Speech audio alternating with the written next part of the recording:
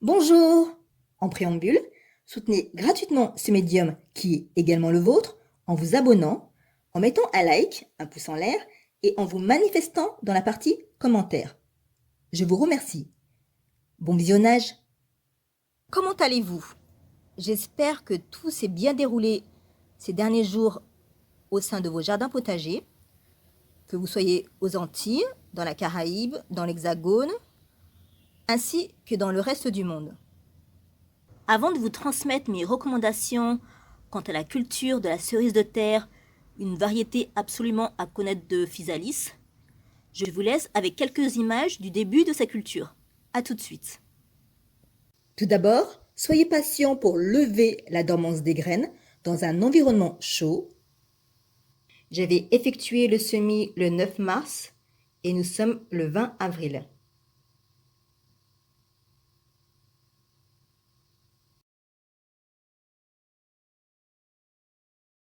Le rempotage est terminé avec un changement de substrat fait maison. Je vous avais déjà montré cela précédemment. Plus riche en nutriments, il permettra une croissance optimale des plants. Vous ne trouvez pas qu'on dirait les frères Dalton? Plutôt les sœurs Dalton. Et comme à l'accoutumée, je vais procéder à un arrosage par bassinage, c'est-à-dire avec l'effet de capillarité des racines. Et j'ai toujours à disposition des bouteilles d'eau de pluie à l'intérieur afin qu'elles soient toujours à température ambiante.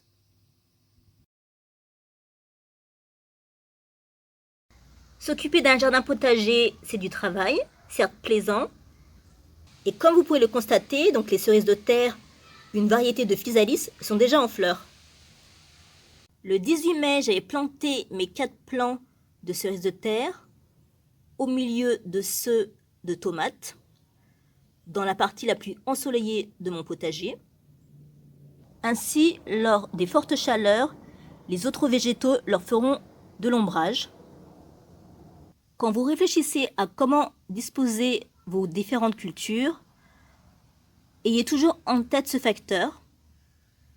En amont, observez quelles sont les zones les plus ensoleillées de vos planches. Et l'un des avantages avec cette culture, c'est qu'elle est totalement ignorée des gastéropodes.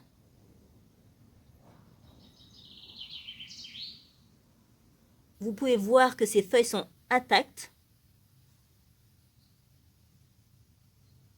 contrairement à celles des aubergines africaines.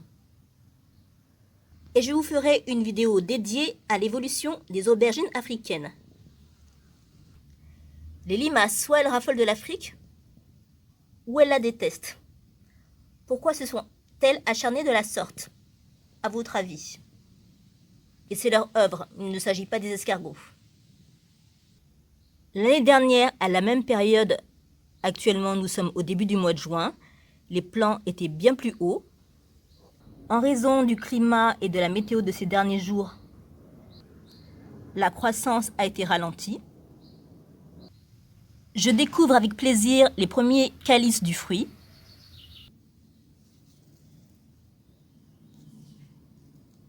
Et si vous voulez savoir de quelle manière évolue cette plante, je vous invite chaudement à regarder la vidéo que j'avais faite l'année dernière. Elle contient des informations très détaillées et j'avais réalisé un comparatif avec le coqueret du Pérou. Je vous mets le lien dans la partie description ainsi qu'au sein d'un message épinglé. Ne souhaitant pas me répéter, je préfère que vous regardiez ce contenu et ce message est notamment à destination des nouvelles et nouveaux sur cette chaîne. Même en saison sèche, cette plante nécessite très peu d'arrosage. N'hésitez pas à découvrir ce fruit exquis, selon mon palais, bien meilleur que le coqueret du Pérou.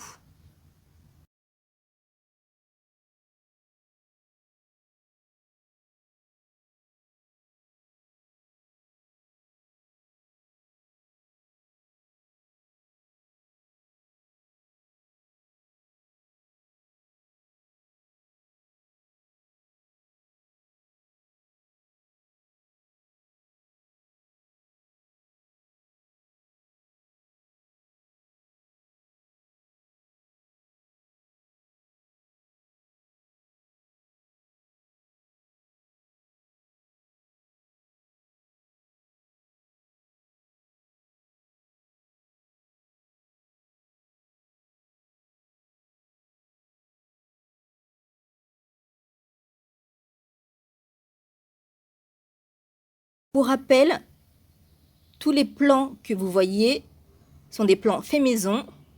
J'ai effectué l'intégralité de mes semis. Je vous remercie d'avoir regardé cette vidéo. Hélas, je trouve que le soutien est à ce jour encore guère visible. Afin que ce médium, qui est également le vôtre, ne l'oubliez pas, n'hésitez pas à liker ce contenu ainsi que de laisser un commentaire. Prenez soin de vous et à bientôt!